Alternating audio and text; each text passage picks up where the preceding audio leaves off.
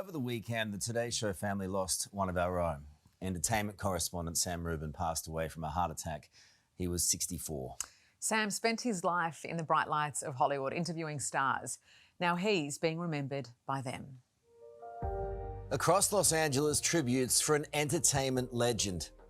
From the Santa Monica Pier to sporting teams, the larger-than-life Sam Rubin being honoured for his service to Hollywood.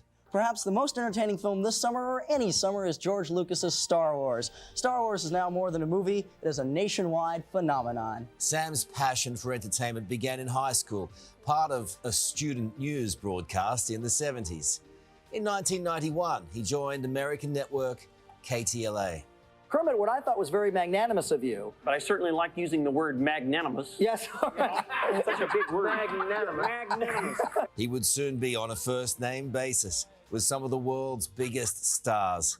In the industry city, Sam was the guy. He was the person that the stars watched, and he was the person that the stars talked to. And for nearly 20 years, he's been part of our TV family. Joining us with more is entertainment reporter Sam Rubin. Good morning, Sam. Sonia and Richard, good morning to you both. We are joined again by our good friend and Hollywood dynamo, Sam Rubin. Good morning, Sam. Very well. Sam Rubin joins us from LA now. Sam Rubin joins us live now from Hollywood. Sam, so good to Sammy. see you. That is where we find entertainment reporter extraordinaire Sam Rubin right now. Good morning to you, Sam. Carl was just wondering if you're going to cut some laps after this live May as well cross. get your gear off like Usher. I could do the butterfly for a couple laps here in the Beverly Hilton pool. Do you want to explain that weird art behind you? You know what? Let me try to explain it. Could be on that green carpet, I think. I can't explain it, but it will be the Met theme for next year. This Critics' Choice Awards tends to be the single best precursor for the Academy Awards. It's one particular sequence that, I mean, not since like Baywatch, has somebody's biceps, triceps, and lats been challenged. Sure. Did you feel a particular pressure to get those muscle groups ready? We cut the shower scene, though. Melbourne and Sydney, okay, pick between the two because, of course. I'm not No. even going into that argument. So I'm usually just grabbing a cup of tea for myself these days. He spent his life celebrating the legends of Hollywood. Now their turn to celebrate him. Ryan Reynolds writing, even if I was on my 85th interview that day, I was always happy to see Sam. Even if he was on his 85th interview of the day, he always brought genuine kindness, curiosity, and an outside-the-box question. From Henry Winkler, he made every human feel so special and got them to open up like a flower. Ben Stiller, I did my first interview with him in something like 1993. He was an institution. We have lost him way too soon. Jamie Lee Curtis sharing this photo. There was no one more enthusiastic about his job than Sam Rubin. He's a great example to us all and a reminder to suit up and show up with a smile and love in your heart. Let's spell it out. S-A-M-R-U-B. It's Sam Rubin, ladies and gentlemen. It's not unusual. It happens every day. But before we say so long, how safe would it be for me to walk the streets of Australia? What's my degree? Right. He needs security, doesn't he? Hey, Sam, we've loved having you here this last thanks week so and a much. bit. And your wife and kids have been here as well with you, and it's great having you here. Let's do this every year. Absolutely. Sam Rubin, always good to talk to you, my man. Great stuff there. Sam. You're a legend, Sammy, Absolutely, the Sam. god of entertainment right there in the heart of it.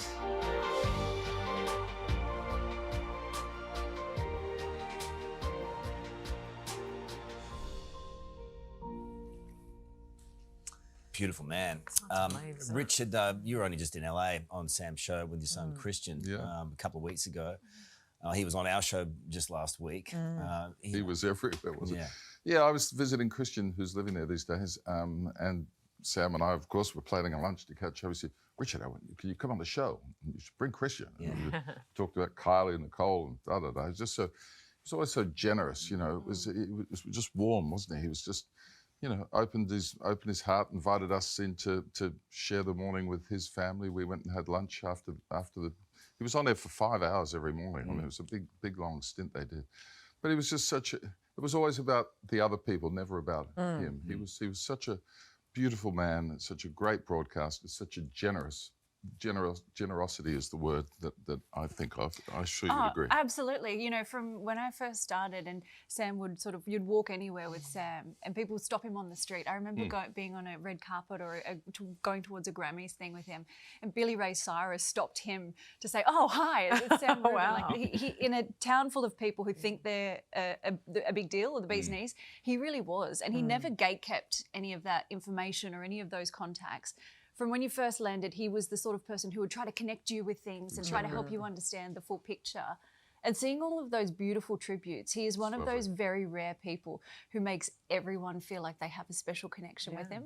You know, seeing all of them roll in and people have such a warmth and fondness from him. It's such a special gift, isn't it? He was just such a pro, wasn't he? Just loved his job, loved the industry. And he had such beautiful energy as well. I mean, I was only lucky enough to meet him over the, the conversations we had down the line, Carl, but you were able to meet him as well, and also like Dickie sit on the desk with him. Yeah, like going back to when I was a correspondent in LA, back to even those days. But I remember when I was last in LA, maybe just over a year ago.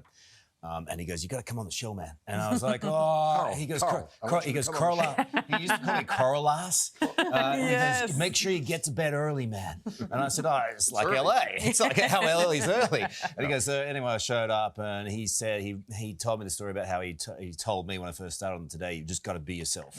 And then some years later, he said, "There's such a thing as being too much of yourself." So we've got him to thank for this, do we? Yeah, but a guy who was just exactly the same off camera as on, and who had all the time in the world for you, no matter what he was doing, and he had a lot on. Yeah. He was always there, wasn't he? Whenever the story broke, well, let's get Sam on the show. That's right. Just always there, and often after after we talked about something, he'd phone or text and say, "Richard, what did you really think of that film?" And you said you went to sleep in it? Were you honest? No, always honest with Sam, and he was always honest with us and his viewers. What would you say to the audience out there who wouldn't have known him like we do, but about him as a person? He's a person who found his groove, found a job that he loved, and aspired to be the best in the world at it. And he was just so good, so great, so lovely. Yeah, agree. Absolutely. Well said, Dickie. Yeah, great stuff. We've lost a friend. We have, that's for sure. Hey there, Today fans, Sarah and what's my name again? Oh my God, Carl. Hey, thanks for watching our YouTube channel, though. Subscribe now for more news, special reports, and amazing Aussie stories. And Carl misbehaving, Whoa, of course. That never happens. Always happens. What's she talking about? Always happens.